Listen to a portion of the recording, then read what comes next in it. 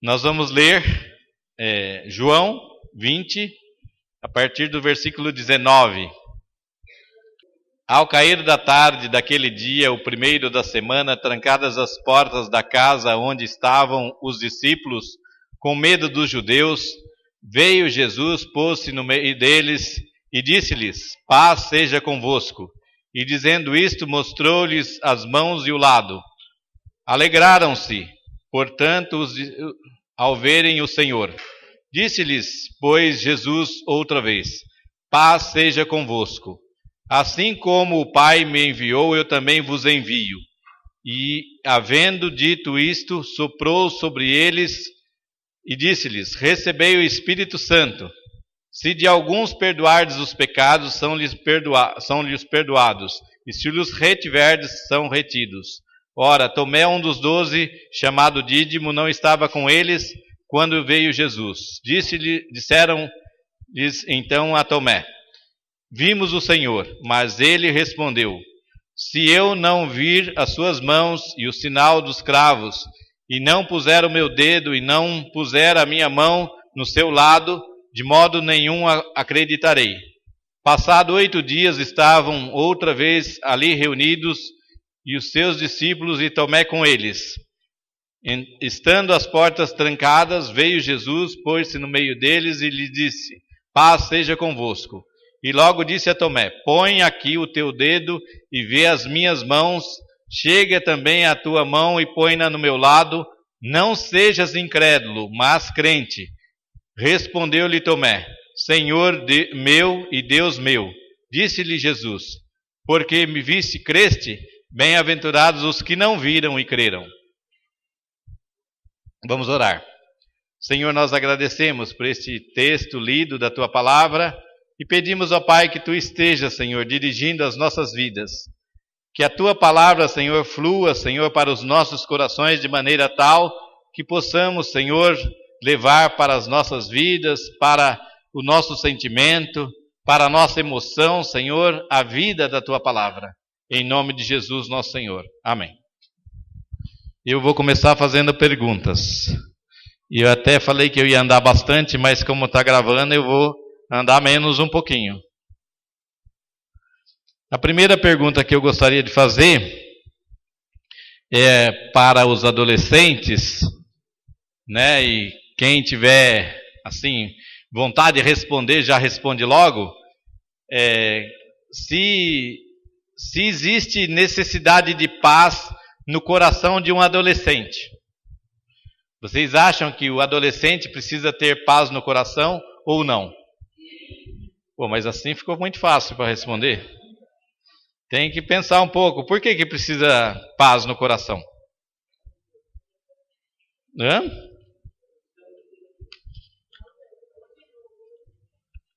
Como que é? Quando vocês não têm paz, o que vocês fazem? Fica nervoso? Opa!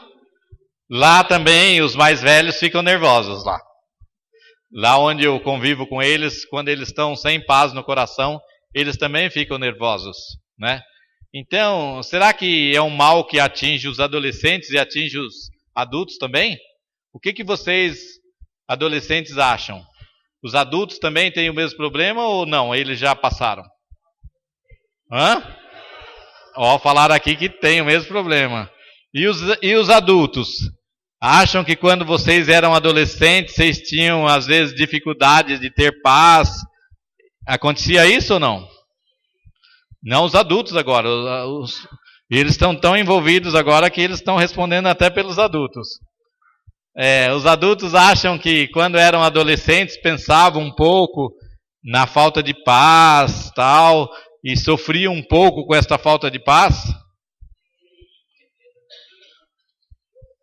Como é, Sutis? Depende do ambiente? Então, em cada ambiente a gente tem paz ou não tem paz, é isso?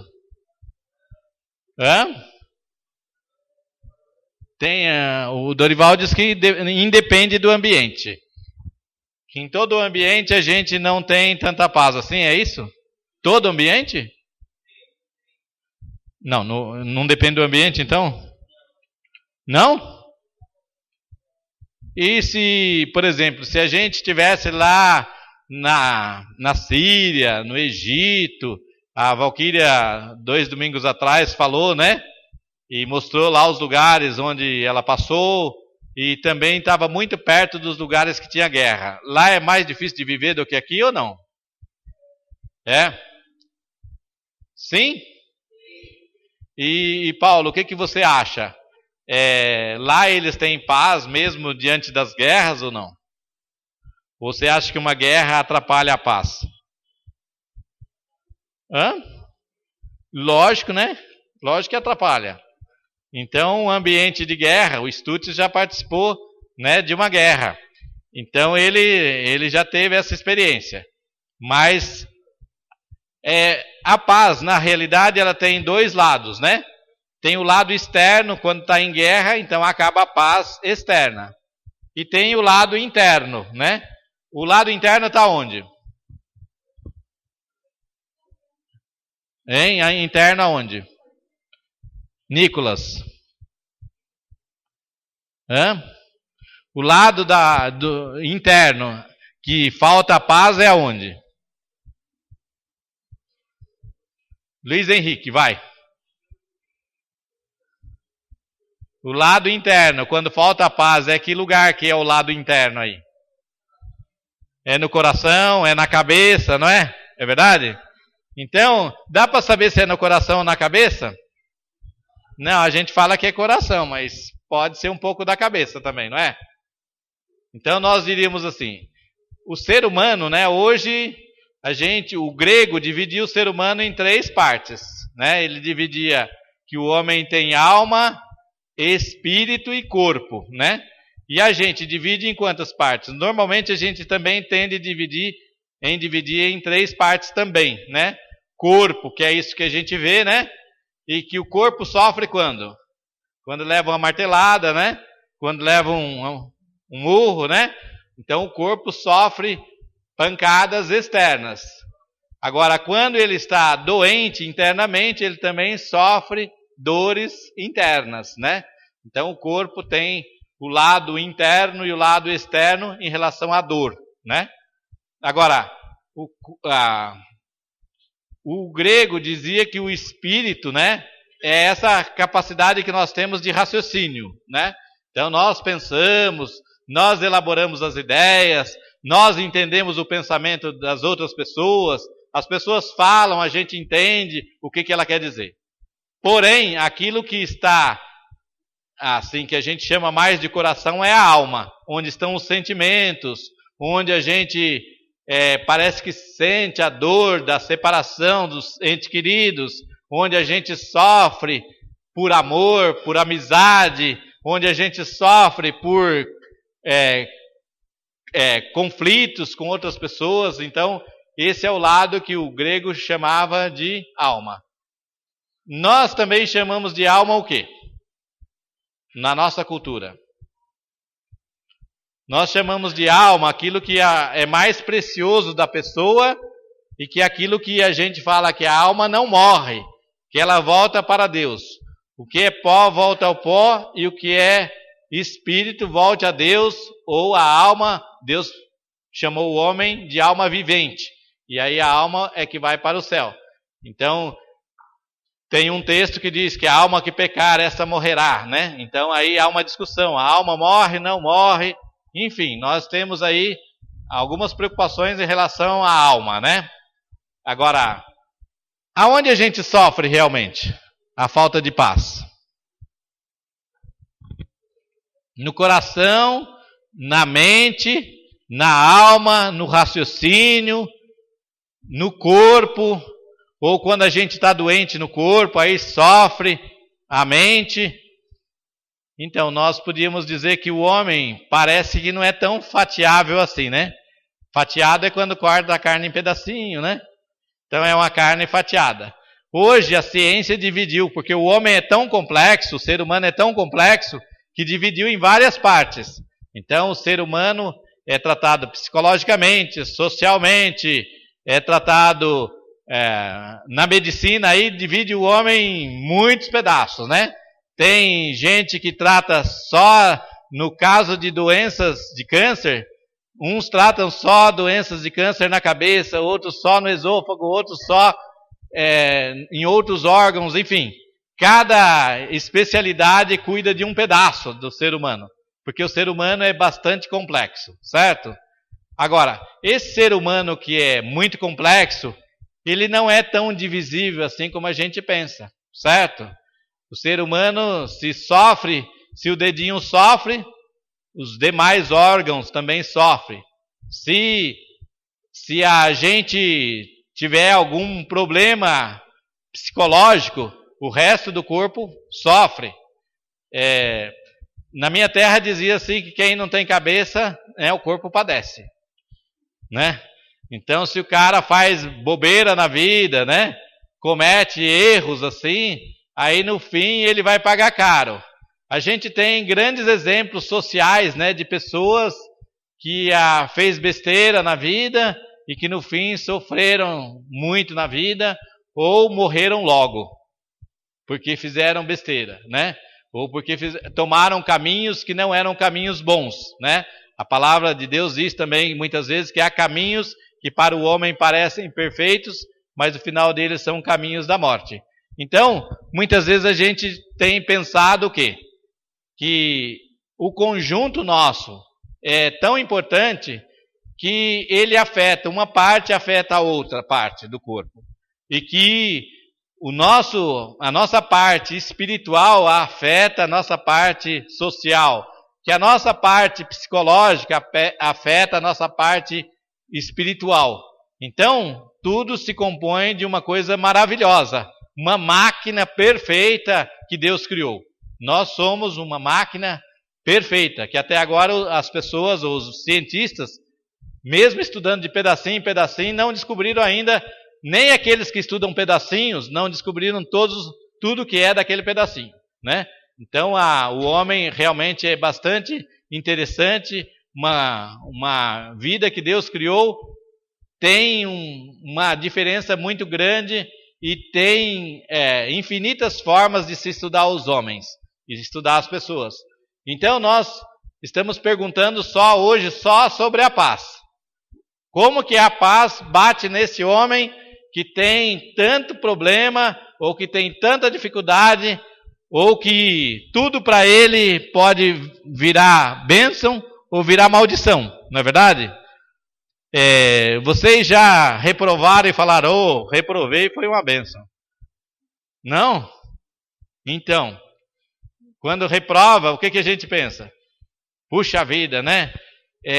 Fracassei, né? Agora estou procurando recuperar, agora vou atrás, recuperar o que já passou, né? Então a gente sofre todas as circunstâncias que são contrárias. Então poderíamos dizer que todas as coisas contrárias, elas perturbam a paz.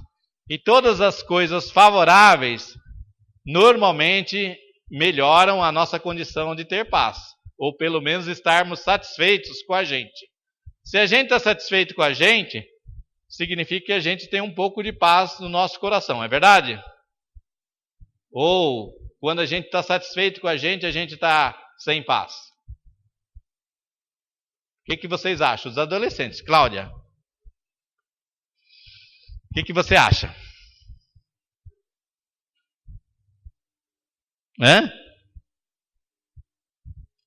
Quando está bem, satisfeito, você tem paz? Sempre. E quanto tempo dura a paz que você acha?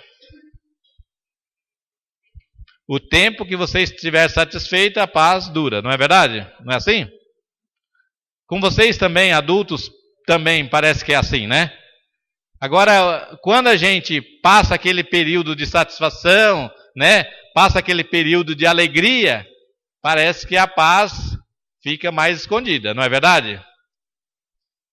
Porém, uma coisa que eu quero dizer para vocês é que a paz, ela é um pouco diferente. Por isso que muitas vezes as coisas não dão certo e a gente continua em paz.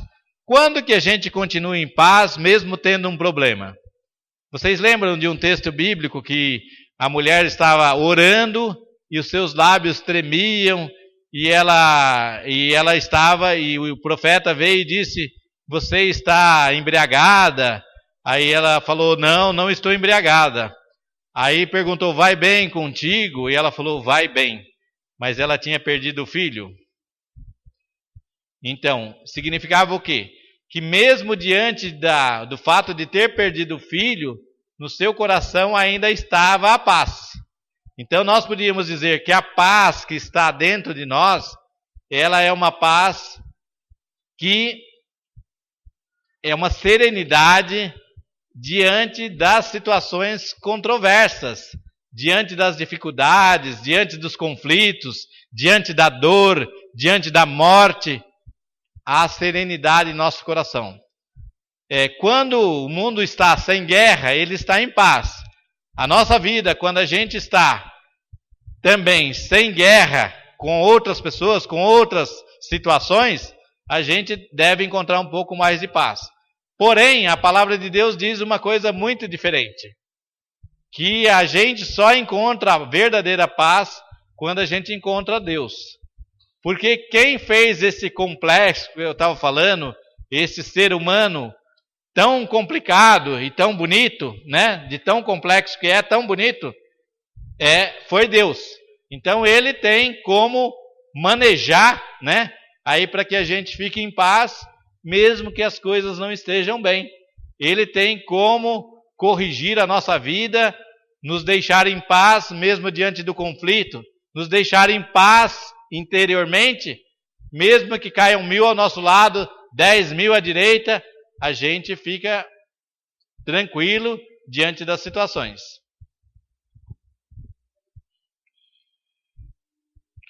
Quando a gente não tem paz, qual é a primeira atitude que a gente toma, os jovens?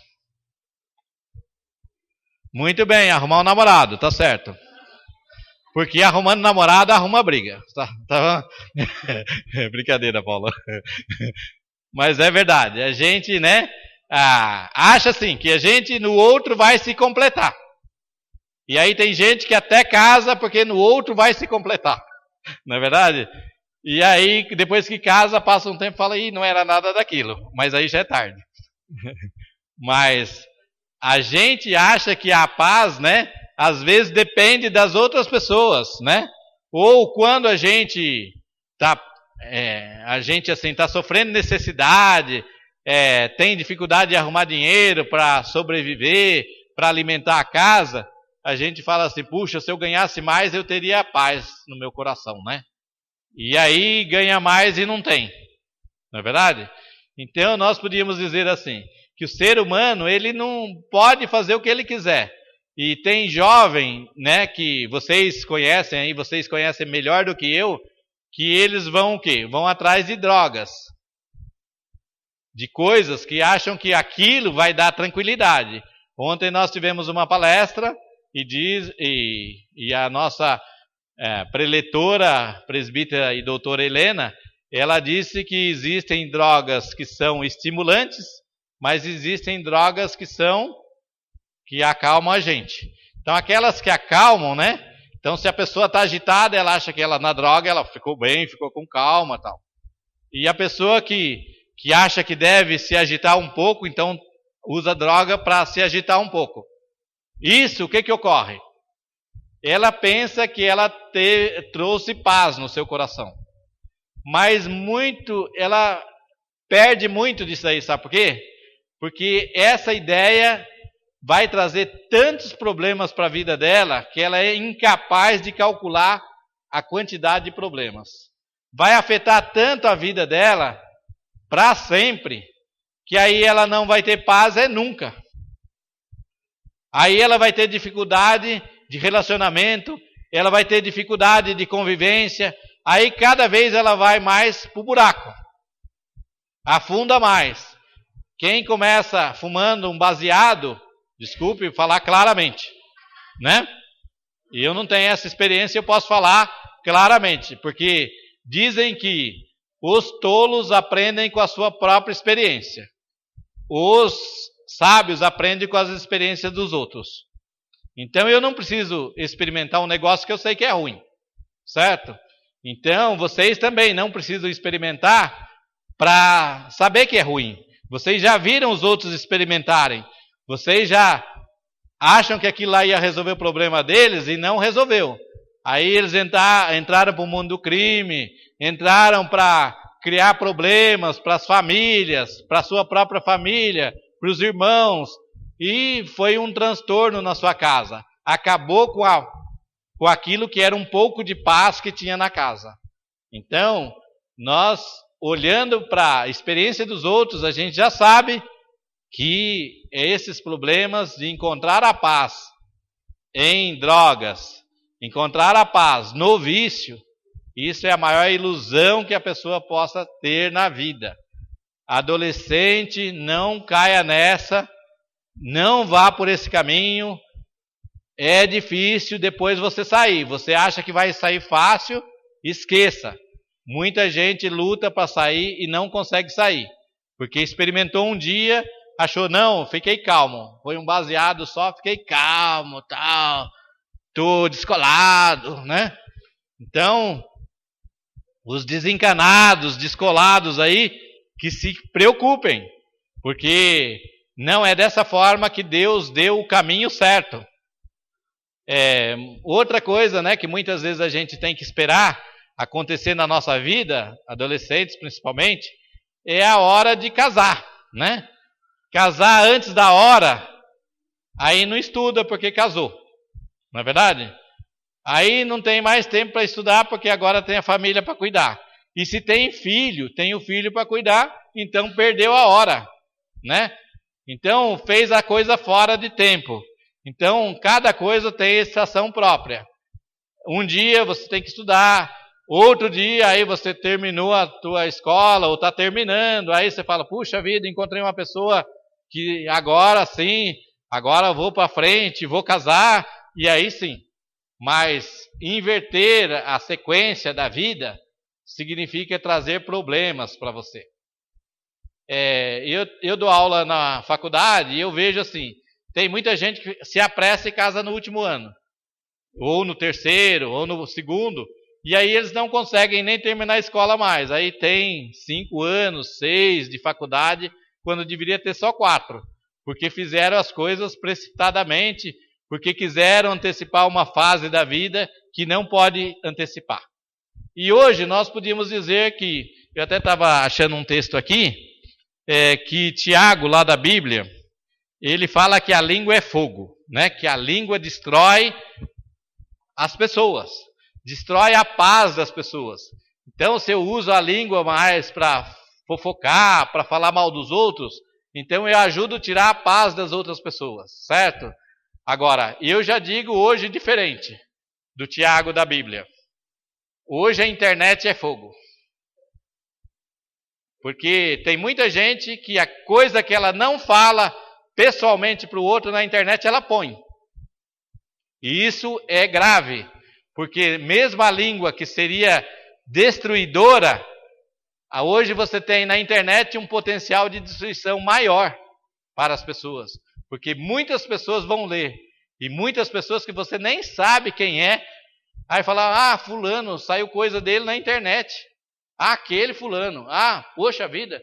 Então, gente, eu sei que vocês têm o Facebook, uma coisa boa, porém, não pode postar qualquer coisa. Tem que ter juízo para postar as coisas. Tem que ter paz para postar as coisas. Não é naquele aquele momento que você está ansioso, cheio de ansiedade, você vai lá e coloca tudo o que você acha contra as pessoas. Isso daí, você não está trazendo serenidade para as pessoas. Você não está trazendo boa mensagem para a pessoa. Você está trazendo coisa ruim para as outras pessoas e também para você, talvez, um dia alguém fale, é aquela história tua da internet. Aí você fala, como? Eu? Eu não falei nada disso. Não, mas você pôs, todo mundo viu. Não, mas eu não pus para você, eu pus para outro. Não é verdade. Quando nós colocamos lá, está público. Eu dou aula numa matéria que chama Informática e Sociedade. E os alunos mesmo, eles falam que hoje tem que ter muito cuidado, porque às vezes posta informações pessoais e essas informações servem para roubo, servem para desvio de situações para a família, trazer problema para a família. Eu diria que a internet hoje é fogo. Então nós que somos cristãos, nós que temos a paz de Cristo em nós, nós temos que pensar em não destruir a vida das pessoas e nem a crença das pessoas. Por exemplo, tem gente que crê muito bem, aí eu falo assim, vamos supor, eu coloco lá no meu Facebook lá, eu estou hoje arrasado, Deus não está comigo. Vocês que são novos, você fala, puxa, mas não é o pastor? Não é o pastor que está assim? Agora o pastor também está problemático, não é verdade? Então eu tenho que pensar, e eu não posso postar coisa que, ou se eu vou lá e combato situações, falar, o pastor agora é ativista de situações, tal. Não é isso. Então a gente tem que pensar que a internet é fogo e que ela ajuda a prejudicar a nossa estabilidade emocional. Primeiro, que se nós tivermos aí, alguns estudos têm sido feitos, por exemplo, no sentido de que as pessoas que usam a internet muito tempo, elas acabam tendo problemas psicológicos. Elas acham que, por exemplo, que o mundo virtual é melhor do que o mundo real, que a vida da internet é melhor que a vida própria. Então aí ela está tirando a oportunidade de ter uma vida saudável, serena, com paz no coração. Jesus disse, deixe-vos a minha paz vos dou, não vou lá dou como o mundo a dá, não se turbe o vosso coração. Então nós temos que entender a palavra de Deus e ter serenidade. Se estamos no momento de conflito, devemos pedir a Deus a paz para o nosso coração. Se estamos num momento de perturbação, temos que pedir a Deus, não colocar na internet. É Deus quem vai resolver o nosso problema, não é a internet. A internet não vai resolver o nosso problema. Nós precisamos confiar em Deus, precisamos colocar isso diante de Deus. Nós temos que aceitar aquilo que Deus tem para a nossa vida como coisa mais importante, Ele que nos criou, Ele que nos fez. E também, meus irmãos, eu já tive Facebook, hoje eu não tenho. Já tive Twitter, hoje não tenho. Mas, segundo a Alana, que é minha neta, ela fala, vô, quantos seguidores você tem? 0? Então por isso você tirou o teu Twitter, né? Você tinha 0 seguidores, né? Na realidade, né, eu abri mais para conhecer e também eu abri para falar da Sociedade Brasileira de Computação, de um evento que eu fui. Então não era mesmo para manter um Twitter. Agora,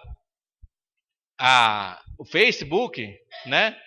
Se eu vou usar o Facebook, né, para transmitir mensagens de paz, mensagens do Evangelho, se eu vou pedir oração para as pessoas, se eu vou fazer coisas boas colocando no Facebook, eu estou usando de uma forma diferente do que as pessoas têm usado.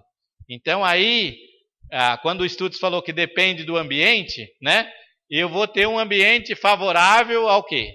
A que essa ferramenta ela seja boa para falar do Evangelho, para dizer que eu estou bem com Cristo, não para dizer que eu estou num momento de conflito.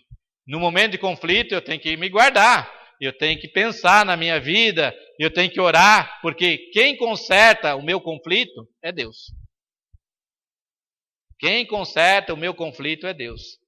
Quando os discípulos estavam lá nesse texto que nós lemos, o que eles estavam fazendo? Reunidos com as portas fechadas, eles estavam com medo dos judeus. Aí Jesus colocou-se no meio deles e disse, paz seja convosco. Por que eles estavam com medo dos judeus? Porque eles criam em Cristo e criam em Jesus, e Jesus tinha morrido. Então aí eles ficaram com medo, apavorados, falando, nós seguimos este homem, durante 3 anos e ele morreu. E agora a gente está aqui sem líder, né? Sem Jesus. Então eles ficaram com medo da oposição, da intriga das outras pessoas, tal. Então aí eles se reuniram com portas fechadas. Mas Jesus, mesmo com as portas fechadas, como Jesus não dependia das leis humanas, né? De que fechada a porta ninguém pode entrar, ele foi lá no meio e colocou a mão e diz: paz seja convosco.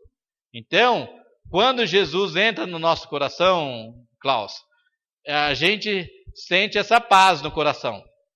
Então ele vem ao nosso encontro, mesmo que às vezes a gente esteja meio fechado para as coisas de Deus, ele pode colocar paz no nosso coração. Mas se nós abrirmos o nosso coração, abrirmos a nossa vida para crer nele, então nós vamos viver uma vida de paz, que é diferente da paz que essas outras coisas que muitas vezes o jovem procura, não acha e não dá certo, não acha mesmo. Não é namorado, não é marido, não é drogas, não é vício, não é algumas pessoas que vão dar paz ao seu coração, mas é quem fez o coração. Por isso que eu falei, foi difícil achar o coração, foi no começo? Aonde ficou o nosso coração? Na cabeça ou no peito? Então não ficou em lugar nenhum, né? É um misto de... O nosso coração, quando a gente fala, eu estou sentindo no meu coração, não é esse órgão aqui que está batendo, que esse a Valquíria entende bem, né? Esse órgão que está batendo, ele apenas é uma bomba, né? A Valquíria diz que troca a bomba lá e aí a pessoa sai boa, né? Na linguagem mais simples, viu, Valquíria? Não estou querendo entrar na medicina de jeito nenhum, né? Porque o coração é para mandar o sangue para o corpo inteiro. Então ele bombeia para o corpo inteiro. Então, quando ela troca e fala, não, agora entrou a alma do outro. Então aquele outro vai sentir igual esse. Não, aquele outro vai fez a transplante de coração, aí a pessoa fica igual quem doou o coração? Não fica. Ela continua ela mesma, que está ligada às suas emoções, ligada ao seu cérebro, ligada à sua sociedade onde viveu, né? Por exemplo, por que para nós, assim, algumas coisas a gente acha difícil de fazer e vocês têm mais facilidade para fazer? Porque vocês estão numa sociedade onde vocês têm algumas coisas que vocês não pensam para fazer 2 vezes, né? Então, porque vocês podem fazer sem pensar. A gente já não, a gente já pensa que a nossa vida tem um valor enorme, a nossa alma tem um valor enorme. Jesus disse, o que adianta o homem ganhar o mundo inteiro e perder a sua alma, ou que o homem dará em troca de sua alma? O que nós podemos trocar com a nossa vida perante Deus? Nada neste mundo a gente pode trocar. Deus nos dá a paz em nosso coração e não podemos e não queremos trocar outras coisas por esta paz que Deus nos dá. Deus nos dá pelo seu Espírito. Aí você fala, mas como que o Espírito de Deus veio comigo? Né? Será que eu tive um momento assim de transe e aí entrou? Não. Jesus soprou aos discípulos e disse, recebei o Espírito. Num ato de que nenhum deles teve convulsão, nenhum deles teve nenhum sentimento naquele momento, mas todos receberam o quê? Deus no seu coração, Cristo na sua vida, Jesus conduzindo a sua vida, o Espírito de Deus consolando a sua vida, consolando o seu coração. Se entrou no corpo, se entrou na alma, se entrou no coração, se entrou no espírito, entrou no ser humano. E Deus fez a gente que mistura tudo, né? E muitas vezes a gente quer separar tudo. Uma coisa é espiritual, outra coisa é material, uma coisa é de Deus, aí outra não é de Deus. Aí a gente tem que separar, lógico, né? Mas coisas referentes a nós, em relação a Deus, o espiritual tem força sobre o corpo, o espiritual tem força sobre a parte psicológica, o espiritual tem força sobre a parte sociológica, o espiritual tem força sobre a parte física, enfim, tudo afeta, uma coisa afeta a outra. Então quando nós encontramos a paz que Jesus nos dá, nós não podemos dizer, está no meu coração. Coração na religião é um pouco diferente. Coração não é a bomba, certo? Que bombeia o sangue. Não é aquele órgão. Coração na religião é aquilo que o homem tem de mais importante. E quando Deus soprou, o homem passou a ter vida. E a vida é a mais importante. Deus soprou e o homem passou a ser alma vivente. Então não tem nada a ver com o coração, como algumas religiões até misturam. Não pode fazer transfusão de sangue, não pode fazer não sei o quê. Não é isso. Coração não tem nada a ver com essa parte física. O coração que a Bíblia fala é essa parte mais importante do homem em relação a Deus, que não está situada nem aqui nesse cantinho do cérebro, nem nesse, nem em outro lugar. Eu ia começar dizendo que as pessoas são diferentes, até na fala. Segundo algumas pesquisas, aí a Helena também trouxe umas pesquisas ontem, mas uma pesquisa diz assim, isso é interessante lá, Klaus, que a mulher fala com a parte frontal do cérebro e que o homem fala com a parte posterior do cérebro. Então, a mulher, aos 4, 5 anos, ela já articula todo o vernáculo. E o homem demora até 6, 7 anos para começar a fazer as frases mais complexas. Né? Isso que falaram, né? Não sei. Também é teoria, né? É teoria. Essa é a teoria, Júlio. Fica contente que essa é a teoria. Mas, então significa o quê? Deus criou de uma forma maravilhosa cada pessoa. E essa pesquisa dizia que a mulher tem o rosto mais expressivo que o homem. Aí o estudo já reclamou, né? Certo? Então que a expressão do rosto, o brilho do rosto na mulher é mais presente exatamente porque a fala já tá pronta, né? Certo? Mas, então Deus nos criou maravilhosamente. Então não se iludam. Paz é só com Deus. Paz é só com Cristo. Eu vos dou a paz, a minha paz vos dou, não vos la dou como a dá o mundo. Não se turbe o vosso coração, nem se atemorize, diz a palavra de Deus.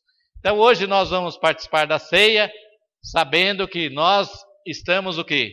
Renovando a nossa aliança com Deus, que é maravilhoso e que nos criou e que nos dá paz ao coração. Amém?